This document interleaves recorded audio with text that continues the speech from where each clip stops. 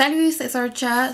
Ce soir, je vais vous présenter les livres que j'ai lus au cours du mois de janvier. J'en ai 3 que j'ai lus et il y en a 2 que ce sont des livres audio. Donc, je vais commencer tout de suite par, si vous avez regardé le tag de sorcière, mes livres de sorcière que j'ai fait en décembre. J'avais pigé comme le prochain livre que je vais lire, Comment réaliser un bon nettoyage énergétique par Serge Boutboul. Et je l'ai lu. Le contenu est très intéressant. Par contre, j'ai un gros par contre, c'est... moi, je l'ai lu un peu d'une couverture à l'autre. Faites pas ça. J'ai fait ça parce que c'est beaucoup des exercices, ce qui est vraiment le fun, puis c'est ça qui est intéressant. On peut tout noter ce qu'on ressent puis tout. Moi, je savais que si je le posais pour faire les exercices, j'allais oublier, j'allais pas faire les exercices et ça allait me prendre 10 ans à lire le livre. Fait que j'ai fait, je vais lire d'un bord à l'autre, puis quand je vais me sentir prête, je vais pouvoir faire les exercices et je vais savoir c'est quoi, puis et travailler avec ça. C'est pas fait pour ça. C'est comme lire un manuel de mathématiques sans faire les exercices d'une couverture à l'autre. C'est très soporifique. Mais le contenu est vraiment intéressant. Si vous voulez pratiquer vraiment à ressentir les énergies, je vous le recommande. Il était pas très cher. Je sais pas. En euros, il est indiqué 19,90. Il était 25-30$ à peu près canadien. Puis ça vaut vraiment la peine. J'ai beaucoup aimé le fait qu'on puisse noter des ressentis et à la fin, quand je l'ai déposé, j'ai pris un 24 heures de ok, je décroche parce que quand je l'ai déposé, j'étais là, oh mon dieu, non, c'est pas pour moi, mais finalement, en laissant décanter, ça va mieux. Ah oui, c'est ça, je me suis noté, en fait, tout se rassemble, tout se ressemble plutôt. La base, c'est la même. Il y a certaines étapes qui vont changer. Il y a les visualisations, on visualisera pas toujours la même chose, mais on tourne tout le temps autour du même principe. Ce qui fait que j'ai beaucoup lu en diagonale les étapes à faire pour certaines situations. Il y a vraiment beaucoup de situations, ce qui est intéressant, c'est que je peux plus me retrouver si je veux savoir comment utiliser mon lit pour drainer les énergies négatives. Si je veux, en fait, dépendamment ce que je veux faire. Puis dans l'ensemble, il y a beaucoup la notion, les deux qui reviennent beaucoup, les deux façons de faire qui reviennent beaucoup. C'est visualiser la première, c'est visualiser un tamis qui va soit descendre de notre tête jusqu'à nos pieds en éliminant toutes les énergies négatives, tout ce qui pourrait être accroché à nos corps, nos différents corps astraux. Et l'autre façon de faire, c'est d'imaginer un entonnoir avec un tuyau qui descend au centre de la Terre. Puis, dans le fond, ça l'aspire un peu comme une balayeuse, je dirais, qui va aspirer la même chose, des énergies négatives, puis tout ce qui peut s'être accroché à nous qui est néfaste. Puis c'est ça, ça va beaucoup, ça se résume beaucoup quand tu passes ton tamis ou que tu fais la genre d'aspirateur. Tu fais brûler ce qui est après toi dans le noyau de la terre. Puis, à l'exception des défunts. Ça m'accrochait moins parce qu'il disait de leur dire de se tourner vers les anges, etc. Moi, les anges, ça m'accroche pas. Fait que c'est ça. Je vais adapter les techniques pour quelque chose qui me ressemble plus. C'est sûr que il y a un gros bémol, une chose que j'ai vraiment pas aimé, c'est comme si il parle pas qu'on peut adapter nos techniques. Il fait les étapes, c'est ça, puis c'est ça qu'il faut que tu fasses. Dans la vie en général, moi, ça m'accroche pas. Je suis tout le temps en train de tout adapter. Fait que je me suis dit que c'était pas grave, que je pouvais quand même adapter ces techniques pour que ce soit quelque chose qui me ressemble plus. Ensuite, le deuxième livre que j'ai lu, c'est celui-ci. Le livre des sciences occultes de l'alchimie au wiccanisme, écrit par John Michael Greer, et publié chez Dunod. C'est vraiment un livre que j'ai beaucoup apprécié. C'est très simple. C'est une page qui correspond à une année et à un sujet. Ici, j'ai ouvert au hasard les grands procès de sorcellerie du Valais. Alors, ça couvre, c'est ça, toutes les époques. Ça commence au 5e siècle avant Jésus-Christ et ça se rend jusqu'à 2012. La dernière entrée, c'est la fin du 13e Bactun en 2012. Donc, c'est ça couvre tous les sujets qui est lié à l'occulte. Avant de me coucher, je faisais, mettons, de 1000 à 1100. Ou il y a des époques qu'il y a plus d'entrées. Donc là, je pouvais dire, par exemple, bon, je vais faire de 1300 à 1350. Ça va me faire un 8-10 pages. Donc, ça se lit, puis c'est ça, c'est vraiment facile à lire. C'est un début d'information sur ce qui s'est passé à ce moment-là dans les découvertes, autant du côté magique que scientifique.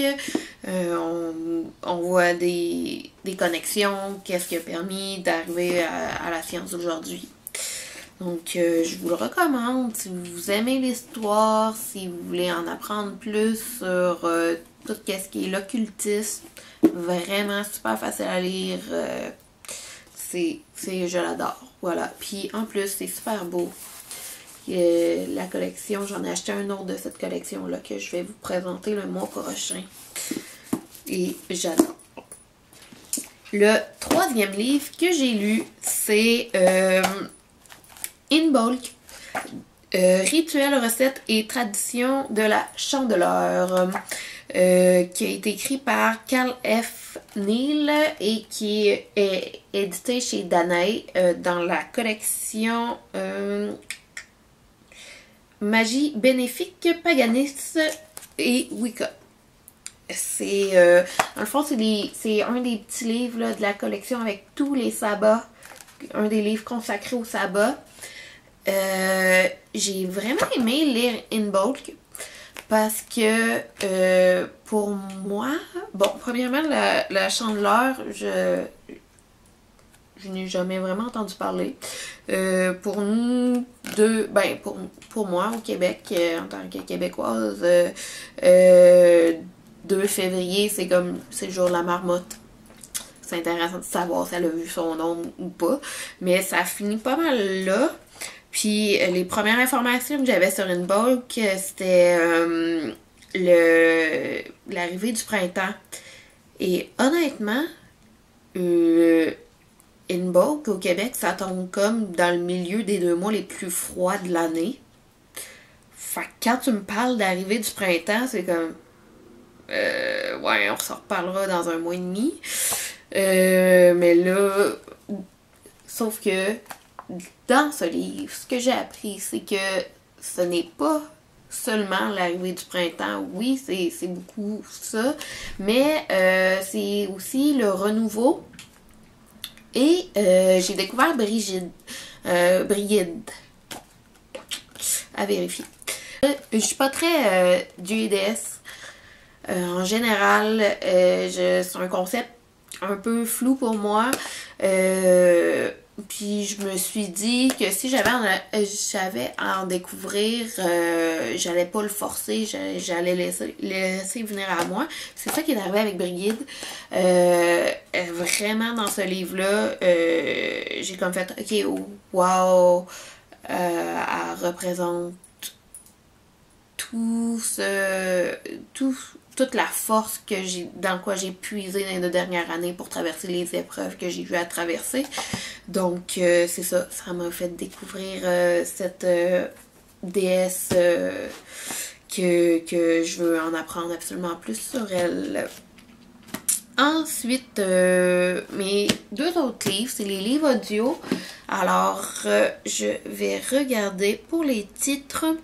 Je vais vous mettre la petite image pour que vous puissiez les retrouver. Toutes les informations, les titres, les auteurs, les éditeurs vont être... vous allez les trouver dans la barre d'informations juste sous la vidéo. Le premier livre que j'ai écouté, c'est La vie secrète des arbres, ce qu'ils ressentent, comment ils communiquent, par Peter Wollebine. Dans le fond, c'est dit pas mal dans le titre, c'est comment les arbres sont... en fait, comment les arbres vivent en communauté. Ils ont découvert des souches d'arbres qui auraient dû être mortes puisque il y a plus, c'est juste une souche à ras le sol, mais qui sont encore en vie. Et c'est de là que le questionnement est parti. Comment ça se fait que ces souches-là soient encore en vie alors qu'elles n'ont plus les feuilles pour avoir leur nourriture et tout.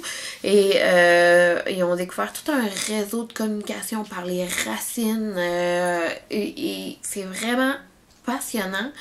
Honnêtement, je regarde plus les arbres de la même façon. Les forêts, c'est tout relié ensemble. Là, on parle d'arbres de la même espèce. C'est sûr que c'est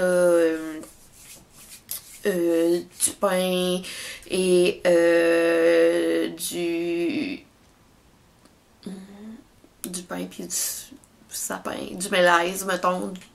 Ben, ils vont être en compétition, ils vont pas s'entraider, mais tous les pins vont se tenir ensemble, ils vont s'entraider ensemble, toutes les mélèzes vont faire pareil, puis ça va être ça la compétition pour celui qui va survivre le plus.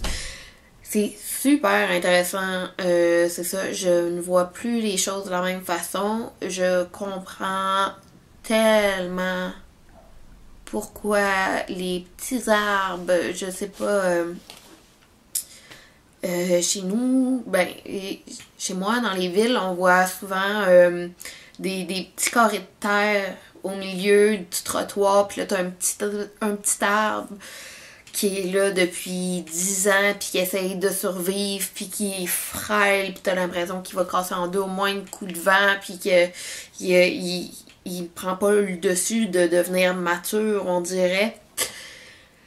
Puis, ben c'est simple, l'explication à ça est simple, c'est que il est pas fait pour être tout seul dans son petit carré, il est pas fait pour être en plein soleil à l'année longue face au vent et tout, il est supposé d'être dans une forêt, il est supposé de se faire aider par les arbres plus anciens, et donc il peut pas, il survit difficilement, puis il vivra pas 100 ans, il vivra pas 250 ans, il sera pas capable, s'il vit une trentaine d'années, c'est bon.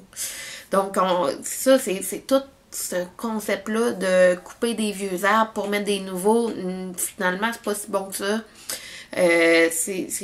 Donc, je pourrais en parler encore pendant longtemps, là je suis pas... j'étais partie un peu, mais vraiment, si vous pouvez le lire, si vous pouvez l'écouter, je sais qu'il y a un documentaire aussi sur le sujet qui a été fait. Je vais retrouver le titre et vous le mettre aussi en lien. Je l'ai pas écouté pour le moment, mais ça a l'air d'être exactement la même chose. Le dernier livre que j'ai écouté, que je vais vous mettre aussi l'image ici, c'est La puissance du féminin par Camille Svez. Je ne sais pas si je prononce bien son nom. Ce livre-là m'a laissé...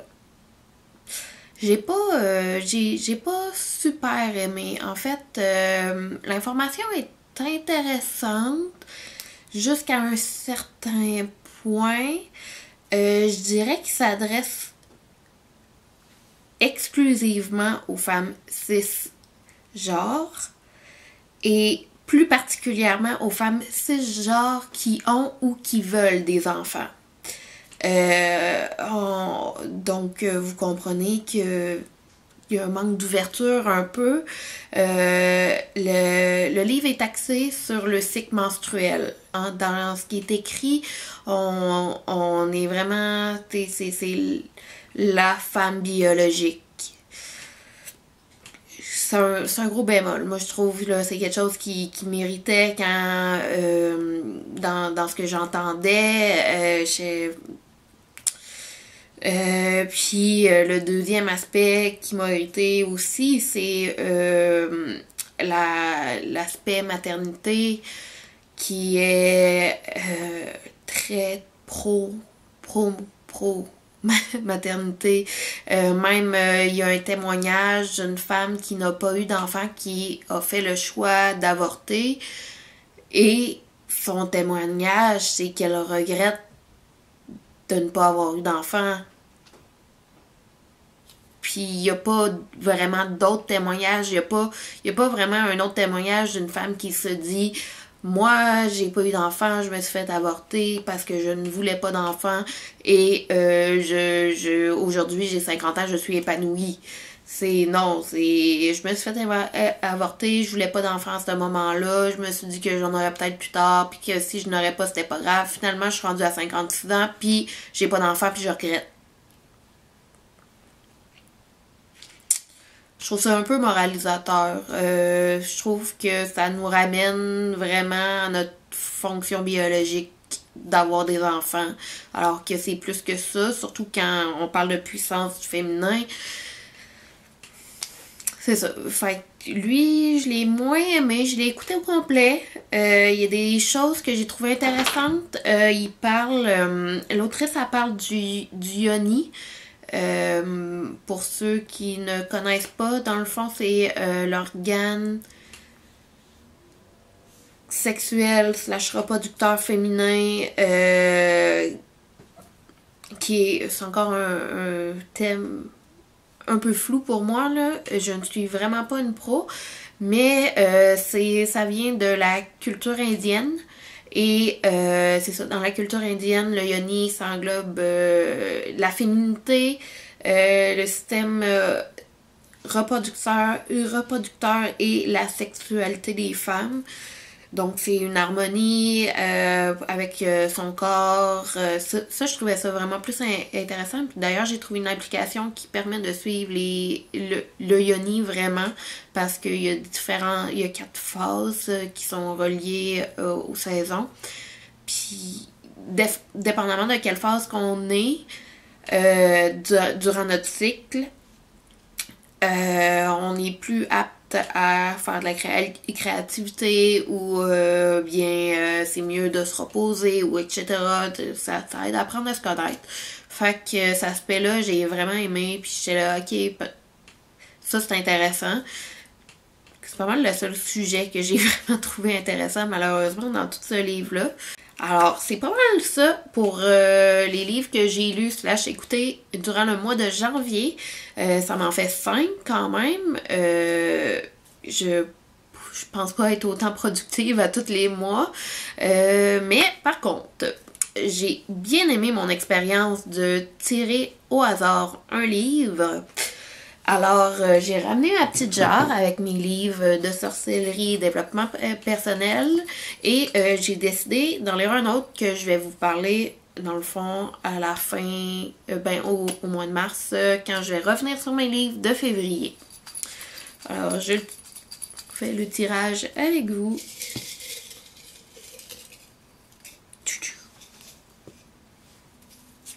Alors, je vais lire... Ah, c'est intéressant.